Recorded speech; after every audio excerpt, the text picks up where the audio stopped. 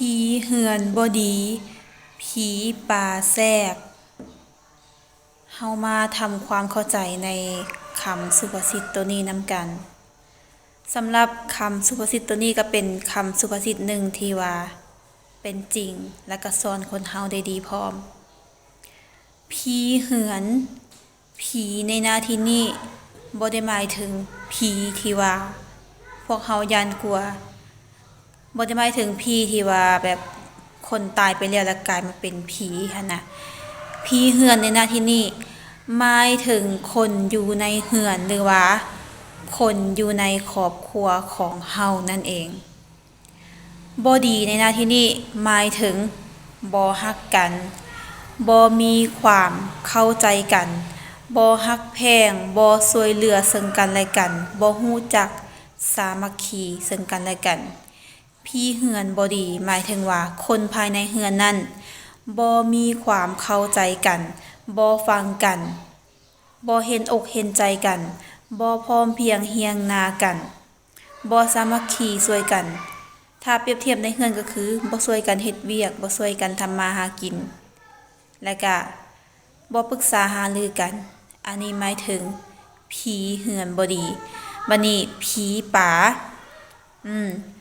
ผีนี่ก็คือกันเนาะบ่ได้หมายถึงผีที่เฮาย้าน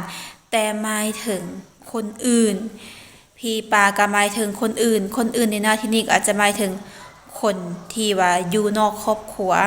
นอกครอบครัวคนที่บ่แม่นพ่อแม่นแม่บ่แม่นพี่แม่นน้องของเฮาบ่แม่นผัวแม่นเมียที่ว่าอยู่ในเรือนเฮาอาจจะเป็นพี่น้องใกล้ๆอาจจะเป็นหมู่คู่อาจจะเป็นคนรู้จักหรือว่าคนอื่นที่อยู่นอกครอบครัวของเฮาผีป่าแสกหมายความว่าคนอื่นคนที่เขาพยายามที่จะเฮ็ดให้ครอบครัวของเฮาแตกแยกเฮ็ดให้ครอบครัวของเฮาบ่เข้าใจกันหรือว่าอีกอย่างหนึ่งก็คือเป็นคนที่พยายามจะแทรกแซงเข้ามาทำลายเข้ามาหลอกลวงครอบครัวเฮา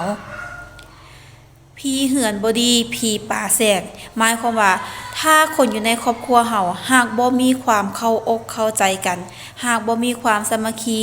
ฮักแพงร่วมเฮียงเพียงหน้ากันหากบ่เห็นอกเห็นใจกันจะเฮ็ดให้คนอื่นที่อยู่ทางนอกเรือนหรือว่าอยู่ในครอบครัวของคนที่อยู่นอกครอบครัวของเฮา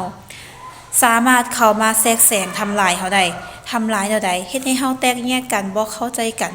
อีกอย่างหนึ่งก็คือเว้าซับซ้อเฮ็ดให้ผิดเถียงกันบางทีก็สร้างความแตกแยกเฮ็ดให้คนในครอบครัวเฮาเองนี่เข้าใจผิดกันเองแล้วก็ตีกันเองทำลายกันเอง